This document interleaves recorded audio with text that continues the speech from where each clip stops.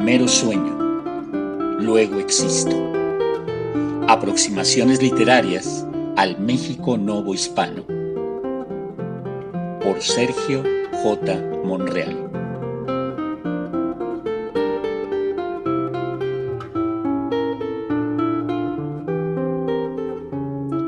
Capítulo 2. La gran caballería de la espada. Manrique, Ercilla, el Inca. Nos gusta contemplarnos como una sucesión de etapas superadas, o en todo caso soberanamente elegidas por nuestra voluntad, cuando en los hechos terminamos siendo configurados de modo muy distinto. Cada nueva elección y vivencia está construida no solo sobre las anteriores, sino con la misma materia prima que esas elecciones y vivencias previas dejaron como único sustento y sedimento a partir del cual construir. Lo más inquietante es que en la definición de aquellas piedras que a la postre otorgarán cumplida fisonomía a nuestras venerables u olvidadas ruinas, tendrán voto mucho menos decisivo nuestros afanes y nuestras convicciones que el implacable y lento reacomodarse de la geografía de los días. La devastadora erosión de un rasgo que hubiéramos querido definitorio y eterno, al lado de la inesperada emergencia, la terca permanencia de señas que hubiéramos deseado reducidas a polvo. Habrá lo que se irá y no volverá. Habrá lo que se irá y regresará. Y en ningún caso serás tú quien decida. Entre el 1476 en que muere su padre y el 1479 en que muere él mismo, el poeta Jorge Manrique dispondrá de 3 años para componer una de las obras maestras de la lírica en lengua castellana y una de las elegías más hermosas de la historia de la literatura en cualquier lengua. Como todo gran poema, Coplas por la muerte de su padre pervive no gracias a los eruditos análisis cotidianamente incrementados en torno a él, mismos que a estas alturas deben engrosar decenas de millares, sino a través del puñado de versos y de imágenes que casi 6 siglos después alguien cita sintiendo los propios, sin necesariamente conocer su procedencia. Como a nuestro parecer cualquiera tiempo pasado fue mejor. Nuestras vidas son los ríos que van a dar en la mar que es el morir, pues la vida se va a prisa como sueño. Obra pues intemporal y sin fronteras, nacida no obstante también como poesía de circunstancias puntualmente acotada. A través de sus coplas, Manrique está atestiguando una situación personal y familiar que es al mismo tiempo expresión de un decisivo trastocar de cosas para la historia de Castilla, de Europa, del mundo. A un tiempo, y sin solución de continuidad, está llorando en lo específico a su padre, en lo particular al noble y antiguo linaje del cual forma parte, en lo general a una época en trance de inapelable agonía, y en una perspectiva aún más amplia al eterno e indetenible paso del tiempo, que no consiente perdón ante nada ni ante nadie. No se engañe nadie, no, pensando que ha de durar lo que espera, más que duró lo que dio, pues que todo ha de pasar por tal manera. ¿Qué tan puntualmente se ajustaron el perfil, la vida y las obras de Rodrigo Manrique, conde de Paredes de Nava, señor de Amusco, condestable mayor de Castilla y León, maestre de la Orden de Santiago, al imperecedero retrato póstumo que delineó para nosotros Jorge, el segundo de los muchos hijos que sus 3 matrimonios le dieran? Porque las coplas nos lo ensalzan como un destacadísimo personaje todo virtud, sea de cara a las autoridades real y divina, sea de cara a los hechos de armas que en razón de su época y condición le correspondiera acometer, sea de cara al ámbito más íntimo de sus familiares, amistades y servidores. Que amigo de sus amigos, que señor para criados y parientes, que enemigo de enemigos, que maestro de esforzados y valientes, que seso para discretos, que gracia para donosos, que razón, que benigno a los sujetos y a los bravos y dañosos, un león. Que el noble y añejo clan Manrique mantuvo bajo su amparo una unión fraterna manifiesta y genuina, hay indicios historiográficos que parecen certificarlo, concediendo verosímil puntualidad a aquellos versos ya casi finales del poema. Así, con tal entender, todos sentidos humanos conservados, cercado de su mujer, de sus hijos y hermanos y criados, dio el alma a quien se la dio. Sin embargo, al abrevar en la inmensa mayoría de las fuentes documentales disponibles, la biografía de don Rodrigo Manrique no resulta peculiarmente destacada respecto de la de muchos otros nobles castellanos de la época, con su respectiva lista de pleitos por tierras y por cargos, sus intrincados lazos genealógicos, su respectiva participación en las interminables intrigas señoriales y, por supuesto, su respectiva gesta personal como caballero cristiano. En este caso, sintetizada en la toma de la plaza de Huéscar a los moros en 1434. Pero ni siquiera dentro del marco general de los nombres ilustres vinculados a la dinastía Manrique, amerita Rodrigo sitial de privilegio. Antes de él, habría que colocar no solo a su hijo Jorge, sino a su padre Pedro, quien fuera una de las figuras más influyentes de Aragón y Castilla durante las primeras 4 décadas del siglo XV. A su primo político, el marqués de Santillana, poeta celebérrimo, a su hermano, el también poeta Gómez Manrique, a su abuelo Diego, repostero real muerto en la famosa batalla de Aljubarrota contra los portugueses. Don Rodrigo Manrique debe íntegra su fama, pues, a las coplas que en devoto lamento filial le fueron consagradas, y sin las cuales resultaría sin remedio una mera referencia menor a pie de página. Por otra parte, tampoco es ningún secreto que la génesis de las inmortales coplas manriqueanas se da en el contexto de una negativa regia para heredarle a Pedro, hermano del poeta y primogénito de la familia, el título de maestre de la Orden de Santiago, ostentado a su turno por el difunto. Sin dicha merced, la estrella de los Manrique anunciaba entrar en fase de franco declive. Numerosos comentaristas coinciden en afirmar que junto al dolor filial, la lucidez histórica, la sabiduría filosófica, la potencia lírica y la maestría técnica, entre los rasgos fundamentales de Coplas por la muerte de su padre, hay que contabilizar también un coyuntural recordatorio de servicios prestados, una amarga queja por favores no recompensados. No dejó grandes tesoros, ni alcanzó grandes riquezas ni vajillas, mas hizo guerra a los moros, ganando sus fortalezas y sus villas.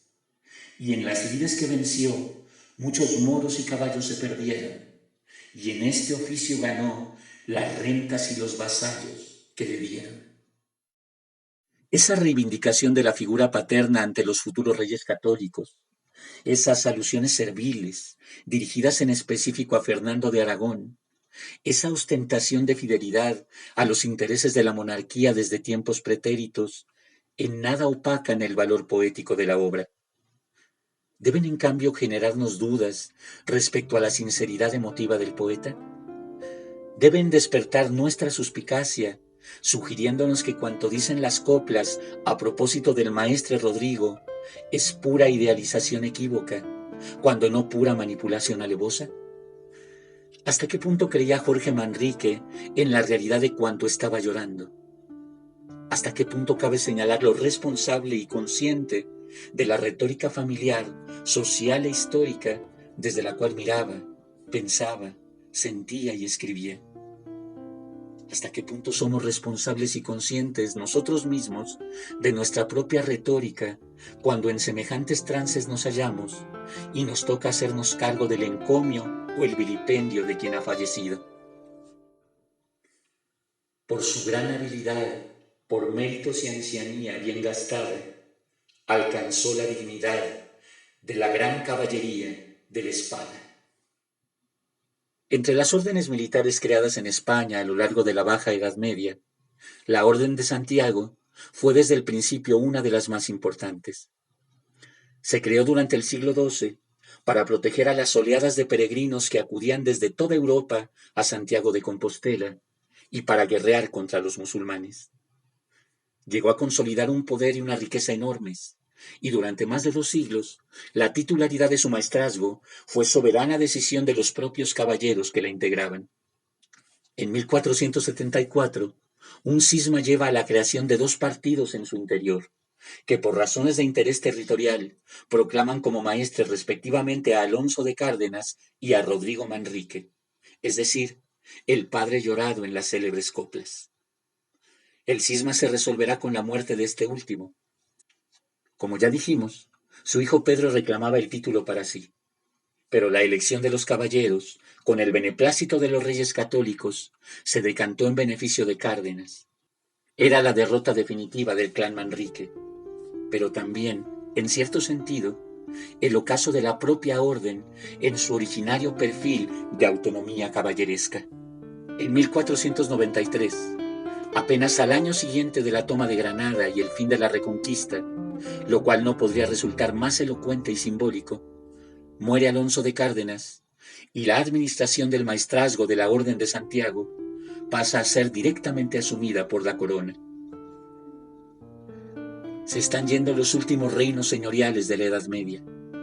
Están llegando las primeras monarquías absolutas de la Edad Moderna. La nobleza feudal, que primero abasteció los tronos de los diversos reinos ibéricos con personajes emergidos directamente de sus filas, convirtiéndose luego en el más decisivo factor de estabilidad, inestabilidad y continuidad para los monarcas, ahora iba quedando reducida a mera aristocracia administrativa, sometida sin remisión a la voluntad monárquica. Los antiguos usos ya no retornarían jamás. Tantos duques excelentes, tantos marqueses y condes y varones, como vimos tan potentes, di muerte, dolos escondes y traspones. En ese sentido, la conquista de Granada, que la retrospectiva histórica se habituará a focalizar al cabo con luces de epopeya, en tanto gesta augural e inaugural de un imperio que nace, admite a cabalidad mirarse también, sin abandonar el propio bando castellano y cristiano, desde el radical extremo opuesto, como una elegía y un epitafio. Los rancios caballeros, prolongación y heredad de don Pelayo, el Cid y Fernán González, cabalgan triunfales, protagónicos y decisivos, por última vez, para consumar el ensueño aquel de una península ibérica sin otra fe oficial que la de Cristo. Jorge Manrique ya no asistirá a esa cabalgata final de una década, a cargo de una noble caballería entre la melancolía y la apoteosis. Morirá cuando falte un lustro aún para el inicio formal de la campaña granadina. 15 años antes de la entrada triunfal de los Reyes Católicos en el Palacio de la Alhambra, el 2 de enero de 1492. Año portentoso, terrible, tremendo, inverosímil. Morirá a la usanza antigua, por heridas ganadas en una escaramuza contra otros caballeros tan cristianos como él, tan castellanos como él, a causa de unas tierras, unos cargos, unas fidelidades señoriales en conflicto. Luego, de las postrimerías del siglo XV a los albores del siglo XVI, aunque ya no esté ahí ni haya contemplado las gestas de Granada, sus coplas van a popularizarse en buena medida como nostálgica evocación de una edad colectiva extraviada sin remedio. Las huestes innumerables, los pendones y estandartes y banderas, los castillos impunables, los muros y baluartes y barreras. ¿Qué fue de aquellos tiempos? ¿Qué fue de aquellas eras? ¿Qué fue de aquel mundo que amagara traza de eterno en su pétrea quietud, pero al cabo tan efímero como todos los demás tiempos, todas las demás eras, todos los demás mundos? Las dádivas desmedidas, los edificios reales llenos de oro, las vajillas tan febridas, los enriques irreales del tesoro, los jaeces, los caballos de su gente y atavíos tan sobrados, ¿Dónde iremos a buscarlos? ¿Qué fueron sino rocíos de los prados? No demasiado tiempo atrás, del otro lado del mar, un hombre llamado Netzahualcóyotl, fallecido en 1472, es decir, 7 años antes de la muerte de Jorge Manrique, había a su vez cantado: ¿acaso de veras se vive con raíz en la tierra? No para siempre en la tierra, solo un poco aquí. Aunque sea de jade se quiebra, aunque sea de oro se rompe, aunque sea plumaje de quetzal se desgarra. No para siempre en la tierra, solo un poco aquí. Dos poetas contemporáneos, pero pertenecientes a universos espaciales y humanos por completo ignorantes el uno del otro, versificando a propósito de los mismos exactos entendimientos, las mismas exactas dudas, los mismos exactos estupores. Cuando el destino disponga esos dos universos frente a frente, la nobleza caballeresca al modo antiguo estará ya imposibilitada para viajar de Castilla al llamado Nuevo Mundo, como no sea en alas de la imaginación. Memoria histórica idealizada por la retórica popular a través de los romances. Franca fabulación literaria echada al vuelo a través de las novelas de caballerías. Quizá la dualidad más fecunda con la cual amparar el colofón de este tema haya que irla a buscar lejos, en el profundo sur del continente, junto a dos de los pilares fundacionales de las letras de América, el Alonso de Ercilla de la Araucana y el Inca Garcilaso de los Comentarios Reales. Dentro del marco caracterizador de quienes se hicieron cargo de la conquista militar de América, Ercilla constituye un perfil de excepción. Se trata de un aristócrata culto, en sostenida proximidad con la corona, que durante la adolescencia sirve como paje del futuro Felipe II y en la madurez, ya de regreso de su aventura indiana, cumple diversas encomiendas burocráticas y diplomáticas, viajando prácticamente por toda Europa como servidor de su rey. El éxito literario le alcanza en vida, permitiéndole atestiguar no solo numerosas ediciones de su obra cumbre, sino codearse con la crema innata de las letras ibéricas en un momento de tránsito crucial entre el Renacimiento y el Barroco. Famoso es el elogio que nada menos que en El Quijote le dedica Cervantes, a quien llegó a tratar personalmente. Limitándonos a semejante síntesis biográfica, ¿acaso resulte difícil entender que este noble cortesano, tan en armonía con los valores de la España imperial, sea no solo el fundador de la literatura chilena, sino uno de los más amargos críticos de la empresa conquistadora y un activo promotor de la idealización virtuosa de los indígenas americanos? No hay que confundirse. Ercilla jamás pone en duda la legitimidad institucional de la conquista, ni debate lo que las normativas jurídicas de la época denominaban guerra justa.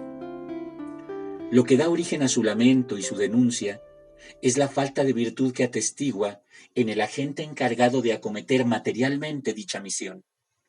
El conquistador promedio de carne y hueso, muy por debajo de los altos designios a que según su juicio debía responder. El autor de la Araucana permanece en América apenas entre 1556 y 1562.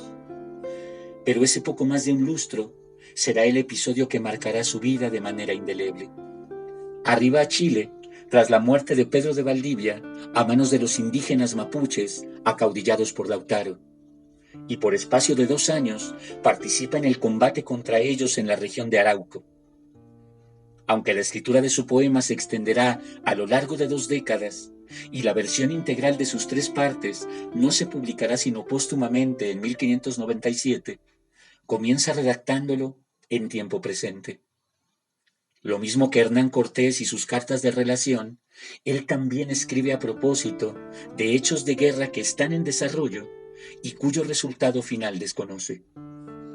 A diferencia de Cortés, él no escribe en prosa, con la doble intención de informar al rey y otorgarle aval jurídico a sus propias acciones y demandas. Escribe en octavas reales, inspiradas por el Orlando furioso de Ludovico Ariosto, que va redactando desde un humanismo renacentista afiliado al pensamiento de Erasmo de Róterdam. afanándose por dimensionar tanto los diversos protagonistas de la contienda, trátese de españoles o de indios, como sus acciones, en la más alta perspectiva filosófica, política y espiritual posible. Todo lo cual acaso parecería de una pedantería insufrible si lo hubiera hecho desde su gabinete cortesano a miles de kilómetros del campo de batalla.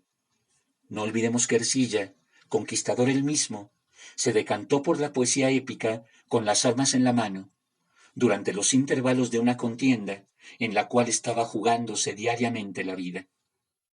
Entre españoles arrebatados por la codicia, la vileza y la falta de escrúpulos, y mapuches haciendo gala de entereza, lealtad y gallardía, para el poeta no queda duda alguna sobre cuál podrá ser el saldo final en el reparto de nobleza, virtud y estatura moral.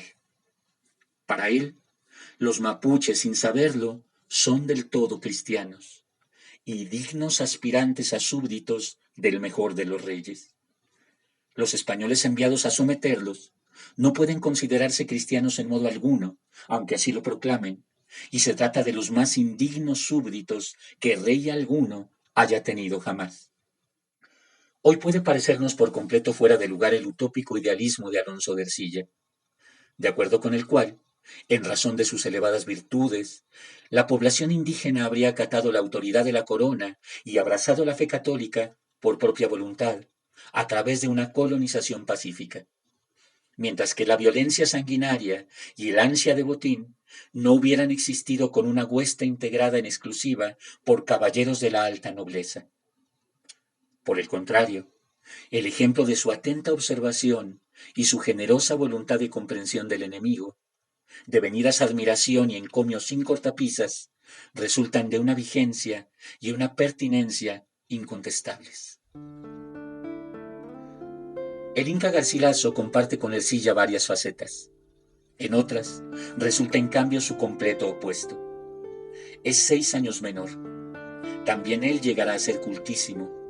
También él orientará su perspectiva del mundo desde un humanismo renacentista fundamentado en el pensamiento de Erasmo de Róterdam. También él cumplirá un breve periodo de acciones militares al servicio del rey, en este caso contra los moros. Como Ercilla a los araucanos, también él considerará a los incas un ejemplo de nobleza y valores cristianos. Irá incluso más allá, otorgándoles la providencial misión de preparar a los pueblos paganos de su lado del mar para el advenimiento de la fe verdadera, del mismo modo que en Europa lo habría hecho Roma. También él alcanzará a ver reconocida su valía literaria y a codearse con importantes personajes de la cultura de su tiempo, sobre todo en torno al círculo de humanistas de la ciudad de Córdoba. También él envejecerá y morirá en España, escribiendo sobre América. Pero el Inca no escribe en verso, sino en prosa, una de las mejores prosas no solo de su tiempo, sino de todo el siglo de oro. Y lo más importante, el Inca es mestizo según la noción más primitiva del término, esto es, hijo de un español y de una indígena, con nobilísimos linajes antecediéndole de uno y otro lado. Ciertas habitaciones de su casa infantil escuchaban evocar en quechua los esplendores imperiales idos, mientras otras oían discutir en castellano sobre las urgencias políticas, militares y administrativas del día. El Inca dominará ambas lenguas, elegirá ambos mundos, abrazará en simultáneo ambas herencias hasta el fin de sus días, negándose a optar entre uno u otro extremo. Por vía materna, era miembro directo de la nobleza cusqueña, bisnieto del mítico 10º señor del imperio inca, Túpac Yupanqui. Sus años de infancia coincidieron con el periodo más álgido de guerras civiles y sublevaciones contra la corona, protagonizadas por los conquistadores del Perú, de modo que su padre solía faltar en casa. Pudo abrevar entonces a sus anchas en la memoria y la herencia cultural de la familia de su madre. Por vía paterna, el árbol genealógico lo emparentaba con varias nobles figuras de renombre, entre las cuales, desde el punto de vista de la curiosidad literaria, interesan sobre todo los poetas Garci Sánchez de Badajoz, Garcilaso de la Vega, el Marqués de Santillana y Jorge Manrique. El círculo se cierra, repite y ramifica según queramos verlo. Igual que Manrique, el Inca alcanzará significativa parte de su eterna gloria consagrado a la apasionada reivindicación de la figura de su padre muerto, dejándose en cierto sentido presidir por ella. Siendo adolescente, se había convertido en su secretario. Tras su fallecimiento, contando apenas con 20 años, se embarca rumbo a España, de la cual ya no retornará. Parte con un doble objetivo: obtener de la corona las retribuciones correspondientes a la leal gestión conquistadora del difunto y completar su propia formación. Igual que con Manrique, las retribuciones esperadas no llegarán nunca. Es justo en ese punto, donde ve desvanecerse en el aire, por burocratismos e intrigas, lo que considera el merecido premio de toda una vida, que el Inca toma una de las más elocuentes decisiones de su muy elocuente existencia. Superada una momentánea duda entre permanecer en Europa o devolverse a las Indias, manda traer desde el Perú los restos de su padre para enterrarlos en Sevilla y abandona el Gómez Suárez de Figueroa con que había sido bautizado para canjearlo por el nombre paterno. Se convierte a sí mismo en Garcilaso de la Vega, eco, homenaje y prolongación del difunto. De ahí y hasta su muerte, no solo se llamará igual que él, sino que de alguna suerte será él, la reivindicación viva de cuanto fue y cuánto representó.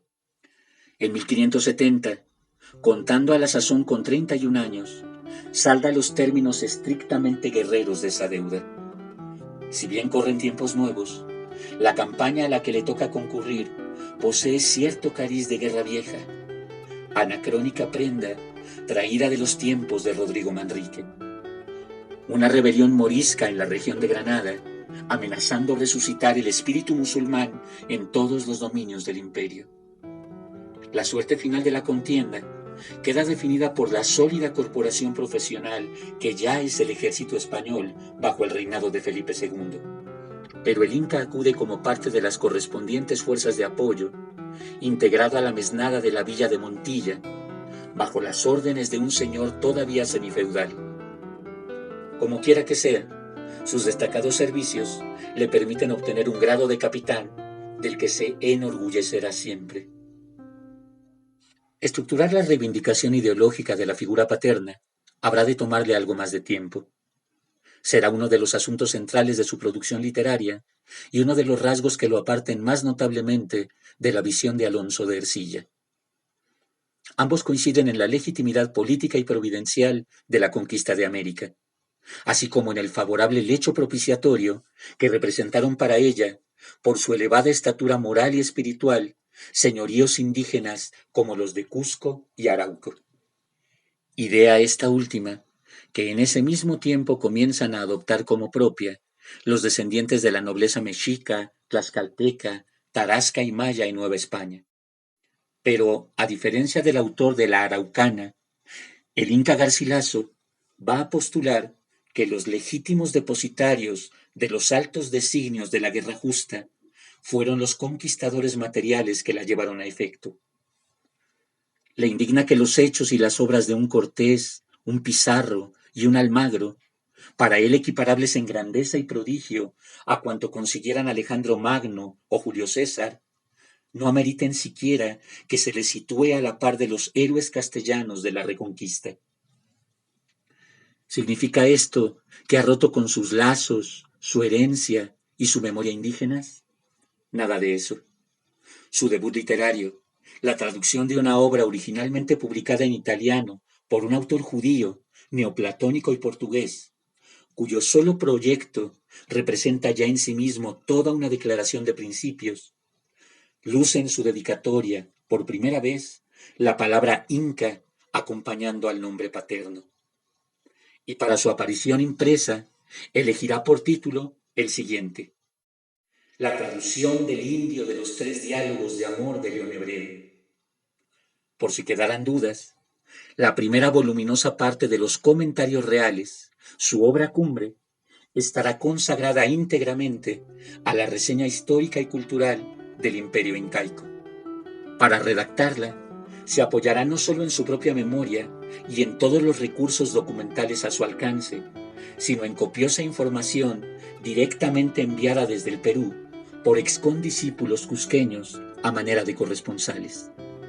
El Inca Garcilaso de la Vega se vuelve así, desde su nombre mismo, una afirmativa voluntad de conciliación, jamás dispuesta a renunciar a ninguna de sus herencias, a ninguno de los rostros en que el suyo se posibilita.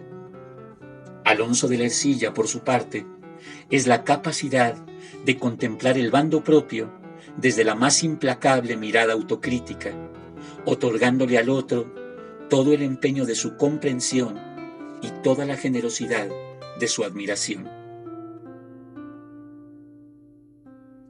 ¿Acaso este español que murió chileno y este inca que murió español atesoren por ello, desde sus respectivas vidas y sus monumentales obras, desde sus lacerantes contradicciones y su luminosa lucidez, la cifra de madurez histórica que tan a menudo parece extraviársenos todavía?